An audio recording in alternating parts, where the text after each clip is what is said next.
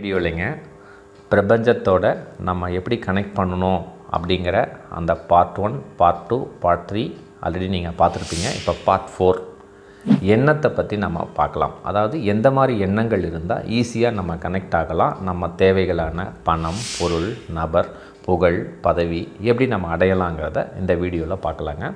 Already நம்ம first வீடியோவில் part 1ல் என்ன பார்த்தோங்க, எதனால் நம்ம பிரபஞ்சத்தோட கனெக்டிவிட்டி ஆகணும்னு பார்த்தோம். ரெண்டாவது வீடியோவில் பார்ட் 2ல் நேரம், எந்த நேரம் உகந்த நேரம் எப்படி நம்ம செயல்படுத்தினா ரொம்ப ஈஸியாக கனெக்டிவிட்டி ஆகலான்னு பார்த்தோம். மூணாவது வீடியோவில் மனம், எந்த மாதிரி நம்ம வச்சுருந்தா ஈஸியாக கனெக்டிவிட்டி ஆகலான்னு பார்த்தோம். ஸோ இன்றைக்கு வீடியோவில் இன்றைய தலைப்பில் எண்ணத்தோட ரோல் எப்படி இருந்தால் நம்ம பிரபஞ்சத்தோட ஈஸியாக கனெக்ட் ஆகலாங்கிறத இந்த வீடியோவில் பார்க்கலாங்க. முதல்ல இந்த வீடியோ பார்க்குறவங்களா இருந்தால் பார்ட் 1, பார்ட் 2, பார்ட் 3 டிஸ்கிரிப்ஷன் லிங்கில் இருக்குது. அதை பார்த்துட்டு இந்த வீடியோ பார்த்தீங்கன்னா ரொம்ப நலமாக இருக்கும். வீடியோக்குள்ளே போகலாங்க. எண்ணம், தாட்ஸ் அப்படின்னு சொல்லலாம் ஆங்கிலத்தில். எண்ணம் அப்படிங்கும் பொழுது எனக்கு ஞாபகத்துக்கு வருது வந்துங்க ஸ்ரீ பகவத் ஐயா. அவர் பார்த்திங்கன்னா அவரோட ஆன்மீக பயணமே ஒரு டிஃப்ரெண்ட்டாக இருக்கும். அவர் சொல்கிறது பார்த்திங்கன்னா புரிஞ்சிக்கக்கூடிய தன்மை வந்து கொஞ்சம் கடினமாக இருக்கும். ஏன்னா அவர் சொல்கிறது உங்களுக்கு புரிகிற மாதிரி சொல்லணுன்னா ஒரு PhD லெவலில் பேசுவார். ஆனால் அதை புரிஞ்சுக்கிட்டோன்னு வச்சிங்களேன் ரொம்ப ஈஸியாக இருக்கும். அவர் சொல்கிறது பார்த்திங்கன்னா ரொம்ப அகம் புறம் அப்படின்னு சொல்லுவார். புரிஞ்சிக்கிற வரைக்கும் கஷ்டமாக இருக்கும். ஆனால் ஒன்ஸ் நீங்கள் புரிஞ்சுக்கிட்டிங்கன்னா ரொம்ப ஈஸியாக இருக்கும். ஸோ அவருக்கு இந்த நேரத்தில் நன்றி சொல்லுவோம். ரொம்ப சிறப்பாக சொல்லியிருப்பாருங்க. தாட்ஸ் அண்ட் திங்கிங் அதை எப்படி செயல்படுத்தணும் அப்படிங்கிறதெல்லாம் ரொம்ப நலமாக சொல்லியிருப்பார். ஸோ அவர்கிட்டருந்து நான் நிறைய அதை இன்புட் நான் எடுத்திருக்கேன். ஸோ அதுக்காக தான் இந்த நேரத்தில் அவருக்கு நன்றி சொல்கிறேன். நம்ம வீடியோக்குள்ளே போகலாங்க. எண்ணங்கள் ஃபஸ்ட்டு நம்ம ஒன்று புரிஞ்சிக்கலாம். அதாவது எண்ணம் போல் வாழ்க்கை அப்படின்னு சொல்லுவாங்க. ஒரு உதாரணத்தோடு சொன்னால் உங்களுக்கு புரியும். இப்போ பார்த்திங்கன்னா நம்ம மக்கள் தொகையை ஒரு கணக்கு எடுத்துக்கங்களேன். இந்தியாவில் ஒரு 140 கோடி பேர் இருக்காங்க. ஓகேங்களா? அதில் பார்த்திங்கன்னா தன்னோட தேவைகள்னால் என்னென்னங்க, பணம், பேர், புகழ், அந்தஸ்து, சொத்து, எனக்கு என்ன தேவையோ அதை எல்லாம் பூர்த்தி செய்கிறவங்கன்னு பார்த்திங்கன்னா ஒரு 50 லட்சத்துக்கு கீழே தாங்க இருக்கும். சர்வே தான் சொல்லுது. லெஸ் தேன் 50 lakhs பீப்புள் மட்டும்தான் நம்ம இந்தியாவில் கோடீஸ்வரர்களாக இருக்காங்க. இந்த உண்மை உங்களுக்கு தெரியுங்களா? மிச்சம் இருக்கிற 139 கோடி 50 லட்சம் பேர் பணத்துக்காக, பேருக்காக, புகழுக்காக ஓடிக்கிட்டு தான் இருக்கோம். அதில் நம்மளும் தான் ஓடிக்கிட்டே இருக்கோம். அப்படி போனால் கிடச்சிருமா, இப்படி போனால் கிடச்சிருமா, இந்த ரூட்டில் போனால் கிடச்சிருமோ அப்படின்ட்டு. ஆனால் அந்த 50 லட்சம் பேர் சொன்னேன் இல்லைங்க, அவங்க கரெக்டாக தெரிஞ்சு வச்சுருக்காங்க எப்படி நம்ம கோடீஸ்வரன் ஆகணும், எப்படி நம்ம பிரபஞ்சத்தோட கனெக்டிவிட்டி ஆகணும், எப்படி கனெக்டிவிட்டி ஆனால் என்னென்ன தேவைகள் நமக்கு கிடைக்குங்கிறத கரெக்டாக அவங்க தெரிஞ்சு வச்சுருக்காங்க. நான் இப்போ என்ன சொல்கிறேன்னா, நம்மளும் அந்த ஸ்லாபுக்குள்ளே போகணும், நம்மளும் கோடீஸ்வரர் ஆகணும், நம்ம தேவைகள் அனைத்தையும் சிறப்பாக பூர்த்தி செய்யணும். ஓகேங்களா? அதற்கு இந்த எண்ணங்கள்ங்கிறது ஒரு முக்கியமான ரோல். எண்ணங்கள்ங்கிறது நல்ல ஒரு கேம் ப்ளே பண்ணோம். ஸோ எண்ணங்களை பற்றி நம்ம தெரிஞ்சுக்கிட்டால், எண்ணங்களை நம்ம செழுமைப்படுத்தினால் ஈஸியாக நம்ம பிரபஞ்சத்தோட கனெக்டிவிட்டி ஆகிறது ரொம்ப ஈஸியாகும். ஒன்ஸ் நம்ம கனெக்டிவிட்டி ஆகிட்டோன்னா நமக்கு தேவையான அத்தனை நிகழ்வுகளும் நம்மை சார்ந்தவர்களுக்கும் நமக்கும் அற்புதமாக நடக்கும். இதுதான் இந்த வீடியோனுடைய தொகுப்பு. சிறப்பாக போடுங்க.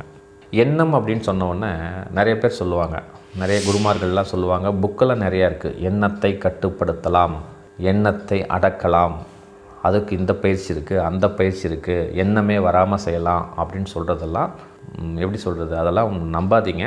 அது உண்மையும் கூட இல்லை. நம்ம உடல்னு ஒன்று இருந்தால், உயிர்னு ஒன்று இருந்தால், எண்ணங்கள் அப்படிங்கிறது வந்துக்கிட்டு தான் இருக்கும். ஓகேங்களா? அதெல்லாம் நம்ம ஒன்றுமே கண்ட்ரோல் பண்ணவே முடியாது. ஸோ கண்ட்ரோல் பண்ணலாம், எண்ணத்தை கட்டுப்படுத்தலாம் அப்படின்னு சொன்னால் சுத்தமாக நம்பாதீங்க. That is not possible. ஆனால் ஒன்று செய்யலாங்க, எண்ணத்தை சீரமைக்கலாம்னு என்னங்க, வர எண்ணங்கள் வந்துக்கிட்டே தான் இருக்கும். உங்களுக்காகட்டும், எனக்காகட்டும், ஒரு குருமார்களுக்காகட்டும், ஒரு எண்ணங்கள் ஒரு நிமிஷத்தில் 40 எண்ணங்கள் வருங்க. அதில் பார்த்திங்கன்னா பாசிட்டிவ் எண்ணங்களும் இருக்கும், நெகட்டிவ் எண்ணங்களும் இருக்கும். உங்களுக்கும் அப்படி தான் வரும், எனக்கு அப்படி தான் வரும், குருமார்களுக்கும் அப்படி தான் இருக்கும். அவர்களுக்கும் நெகட்டிவ் எண்ணங்கள் வரும். என்ன சார் இப்படி சொல்கிறீங்க? இதுதாங்க உண்மை. ஸோ எண்ணங்கள் அப்படின்னாலே, தாட்ஸுனாலே பாசிட்டிவ் நெகட்டிவ் வரும். நம்ம என்ன செய்யலாம்னா அந்த எண்ணத்தை சீரமைக்கலாம் அப்படின்னு சொன்னோன்னா அந்த எண்ணத்தை பாசிட்டிவ் எண்ணங்களை அதிகமாக இன்க்ரீஸ் பண்ணுறதுக்கு நம்ம கொஞ்சம் முயற்சி செய்யலாம்.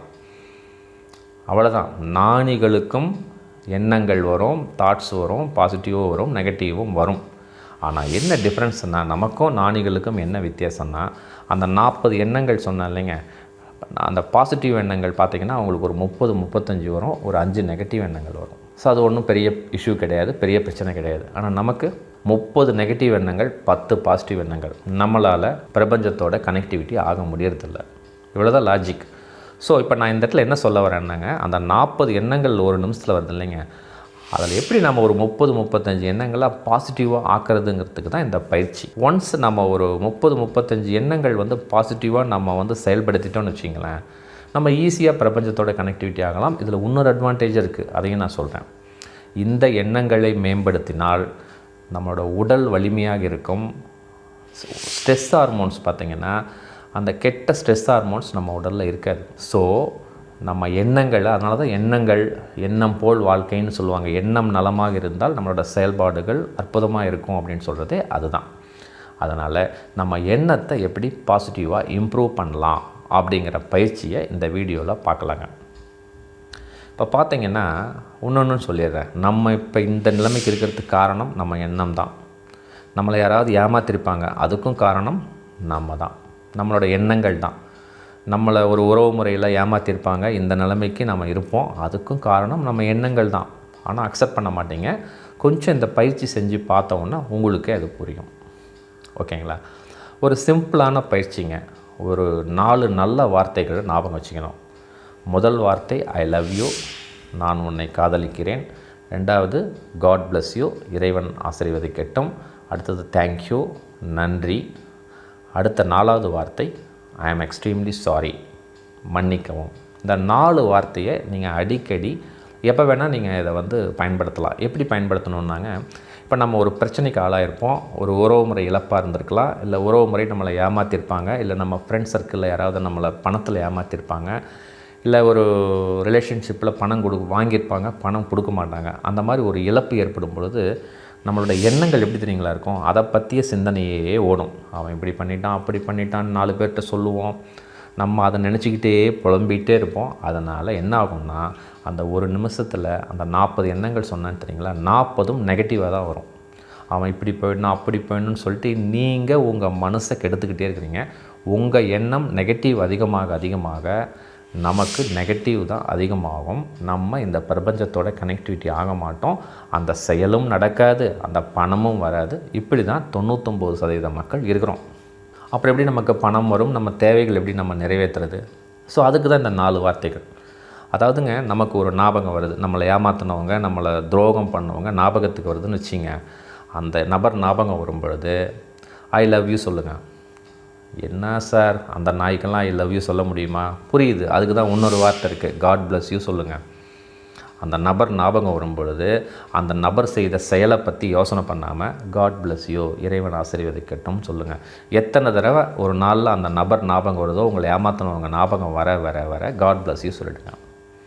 அப்புறம் உங்களுக்கு பிடிச்சவங்க, அப்பா அம்மா, கேர்ள் ஃப்ரெண்டு, பாய் ஃப்ரெண்டு, புருஷன், பொண்டாட்டி, அந்த மாதிரி ஞாபகத்துக்கு வரும் பொழுது ஐ லவ் யூ சொல்லுங்கள். அப்புறம் நமக்கு நிறைய உதவிகள் யாராவது செஞ்சுருப்பாங்க, அவங்க ஞாபகம் வரும் பொழுது நன்றி சொல்லுங்கள். தேங்க்யூ, நீங்கள் இந்த சிறப்பாக உதவி செஞ்சுருக்கீங்க, செஞ்சதுனால தான் இன்றைக்கி நான் இந்த நிலைமையில் இருக்கேன் அப்படின்னு சொல்லி உணர்தல் தன்மையோடு தேங்க்யூ சொல்லுங்கள். நம்ம யாருக்காவது ஒரு சில சிறப்பு குறைவான விஷயங்களை செஞ்சுருப்போம், அவங்களும் ஞாபகத்துக்கு வரும் பொழுது sorry sir, I am extremely sorry, அன்றைக்கி நான் பண்ணியிருக்கக்கூடாது, ஏதோ சூழ்நிலையில் பண்ணிட்டேன், எக்ஸ்ட்ரீம்லி சாரின்னு சொல்லி மனதளவில் சொல்லுங்கள். நீங்கள் நேராக போய் சொல்லுன்னா கூட பரவாயில்ல. ஸோ இந்த 4 வார்த்தைகளை திருப்பி நம்ம எண்ணங்களில் வர தாட்ஸுக்கு நீங்கள் பதில் சொல்லிகிட்டே இருங்க. அதாவது பதில் சொல்லுங்கன்னு என்ன, ஒரு முடிவு பண்ணிவிடுங்க. எந்த எண்ணங்கள் வேணால் வரட்டுங்க, பாசிட்டிவ் நெகட்டிவ் எண்ணங்கள் வரும்னு சொல்லிட்டேன். எந்த எண்ணங்கள் வரும் பொழுதும் நீங்கள் அதை முடிவு பண்ணிகிட்டே இருங்க. அதுக்கு ஒரு ரிசல்ட்டு கொடுத்துட்டே இருங்க, ஒரு எண்டு கொடுத்துட்டே இருங்க. அந்த எண்ணத்துக்குள்ளே போய் மாட்டிக்காதீங்க. அவன் என்னை ஏமாற்றிட்டான், நான் இப்படி பண்ணியிருக்கலாம், அப்படி பண்ணியிருக்கலாங்கிறதெல்லாம் விட்டுட்டு அந்த ஞாபகம், அந்த நபரோட ஞாபகம் வரும் பொழுதே God bless you, thank you, sorry, ஏதாவது ஒன்று சொல்லிக்கிட்டே இந்த 4 வார்த்தைகளை பயன்படுத்திகிட்டே இருங்க. ரொம்ப உண்மைங்க. ஒரு 10 நாள் 15 நாளில் நம்மளோட எண்ணங்கள் மேம்பட்டுடும். மேம்பட்டுடும்னா என்னங்க, சீரமைச்சிடலாம். எப்படின்னா அந்த 40 எண்ணங்கள் நான் சொன்னேன் இல்லைங்க ஒரு நிமிஷத்துக்கு, அதில் பார்த்தீங்கன்னா ஒரு 35 எண்ணங்கள் பாசிட்டிவ் ஆகிடும். ஸோ ஒன்ஸ் பாசிட்டிவ் ஆகிட்டால் என்ன ஆகும்? ஆல்ரெடி நான் சொல்லியிருக்கேன், நமக்கு உடல் நலமாக இருக்கும், நோய் வராது. நம்மளோட உடல் சக்தி அதிகரிக்கும் பொழுது நம்ம தேவைகளை பூர்த்தி செய்கிறதுக்கு உண்டான சக்திகள் நமக்கு கிடைக்கும். ஸோ இதை ப்ராக்டிக்கலாக உணர்ந்தால் தாங்க புரியும். ஸோ சிறப்பாக செயல்படுத்தி பாருங்கள். இந்த 4 வார்த்தைகளை பயன்படுத்தி நம்ம எண்ணங்களை சீரமைச்சு பாருங்கள். ஒன்ஸ் நீங்கள் சீரமைச்சு பாசிட்டிவ் தாட்ஸை இன்க்ரீஸ் பண்ண ஈஸியாக நம்மளோட கனெக்டிவிட்டி, பிரபஞ்சத்தோட கனெக்டிவிட்டின்னு சொல்லியிருக்கேன் இல்லைங்க, ரொம்ப ஈஸியாக கனெக்டிவிட்டி ஆகலாம். எப்போ அந்த பாசிட்டிவ் வைப்ரேஷன் எண்ணங்கள் அதிகமாக ரொம்ப சீக்கிரமாக கனெக்ட் ஆகிடலாம். நம்ம தேவைகள் அனைத்தும் கட்டாயம் நடக்கும். செயல்படுத்தி பாருங்கள். அடுத்த வீடியோவில் நம்ம பார்க்க போகிறது நன்றி. ஸோ அதை பற்றியும் பார்க்கலாம். ஸோ பார்த்துட்டு நீங்கள் சிறப்பாக செயல்படுத்துங்க.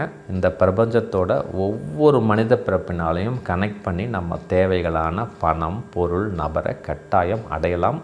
இதுதான் உண்மை. செயல்படுத்தி பாருங்கள். நன்றிங்க.